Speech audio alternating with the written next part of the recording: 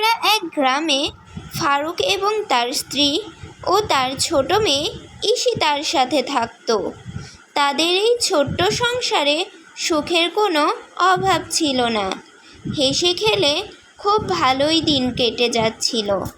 কিন্তু হঠাৎ ফাতেমা খুব অসুস্থ হয়ে পড়ে, আর সে বিছানা থেকে উঠতেই পারে না। আর তাদের মেয়ে ঈশিতা খুব ছোট্ট হওয়ায় সেও কোনো কাজ করতে পারত না। দেখে ঈশিতার বাবা আর একটা বিয়ে করে। লিমা ফারুকের সামনে অনেক ভালো সাজতো, আর ফারুক চলে গেলে ঈশিতা ও তার মাকে অনেক অত্যাচার করত। ঈশিতা, এই ঈশিতা, তুই কোথায় গেলি?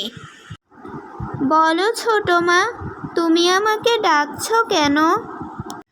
রাজকন্যার মতো বসে বসে খেলেই হবে? বাড়ির কাজগুলো কে করবে শুনি? তোরা কি আমাকে চাকর পেয়েছিস? তোর ওই অসুস্থ মার রান্না করব আর তোদের বসে বসে খাওয়াবো? সেটা হবে না কিন্তু। যা, এইবার বাড়ির সব কাজ কর দেখি। ছোট মা, আমি তোমার সব কাজ করে দিয়েছি, আমাকে খাবার দাও। মা সকাল থেকে কিছুই খায়নি, আমারও অনেক ক্ষুধা পেয়েছে, আমাকেও খাবার দাও। খিদে পেয়েছে? যা, কোথায় কি পড়ে আছে যে খেয়ে নে। আর তোর মরা মাকে অত খাবার দিতে হবে না, ও খেলেও মারা যাবে, না খেলেও মারা যাবে। এত আদিক্ষেতা ভালো লাগে না।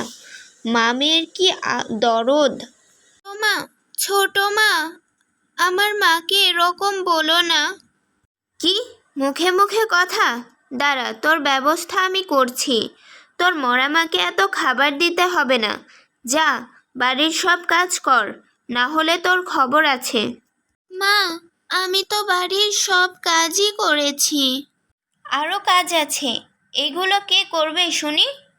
তোর মরা মা। এই কথা শুনে ঈশিতা ওখান থেকে চলে যায়।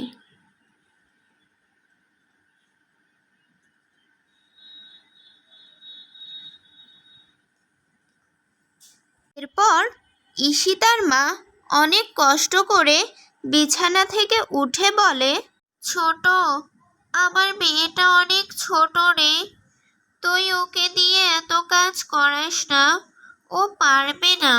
রে বাবা, পারবে না? হ্যাঁ, ও পারবে, পারবে, সব পারবে। ও না পারলে কে করবে শুনি? আর তোমাকেই বলি, এত না ভোগে মরতে পারো না? এত মানুষের মরণ হয়, কিন্তু তোমার কেন মরণ হয় না বলো তো? আর বলবো বল, আল্লাহকে এত বলি আমাকে উঠিয়ে নিতে, আল্লাহ আমার কথাই শোনে না। ছোট, তোকে একটা অনুরোধ করি, তুই আমার মেয়েটাকে দিয়ে এত খাটাস না, ও অনেক ছোট রে। খাটাস না? তা এতই যখন দরদ, তুমি করতে পারো না? এভাবে বিছানায় পড়ে আছো কেন? নাটক করো না। তোমার মেয়েকে নিয়ে এত ভাবতে হবে না, ও সব শিখে যাবে। বাড়ির সব কাজ শেষ করে বারান্দায় বসে কাঁদতে লাগে আর বলে, হে আল্লাহ, তুমি আমার মাকে সুস্থ করে দাও, তা না হলে আমি আমার মায়ের আগেই মারা যাব। হে আল্লাহ, আমার যে এত কষ্ট সহ্য হচ্ছে না। ঈশিতা, মা আমার, তুমি এখানে কি করছো? আর তুমি কাঁদছই বা কেন? কি হয়েছে বলো আমাকে মা। বাবা, ছোট মা আমাকে বলেছে আমি বাড়ির সব কাজ না করলে আমাকে আর মাকে খেতে দেবে না। এত বড় কথা, আর আমার ছোট মেয়েকে দিয়ে কাজ করানো হচ্ছে? দাঁড়া, দেখাচ্ছি। যাও মা, তুমি এখন ঘরে যাও।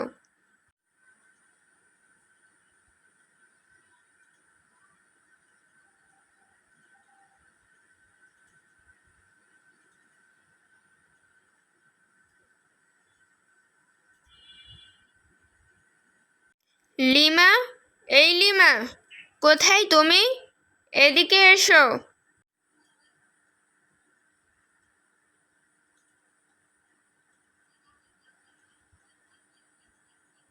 হ্যাঁ, কি হয়েছে? কিছু বলবে? তোমার এত বড় সাহস, তুমি আমার ছোট মেয়েকে দিয়ে কাজ করাচ্ছ? শোনো, এরপর থেকে যদি কোনো দিন দেখি তুমি আমার মেয়েকে দিয়ে কাজ করাইছো, তারপর আমি তোমাকে এই বাড়ি থেকে বের করে দিতে বাধ্য হব। এই বাড়িতে তোমাকে আমি নিয়ে এসেছিলাম আমার ছোট মেয়ে এবং আমার অসুস্থ বউকে দেখাশোনার জন্য। তা না করে তুমি ওকে দিয়ে কাজ করাচ্ছ।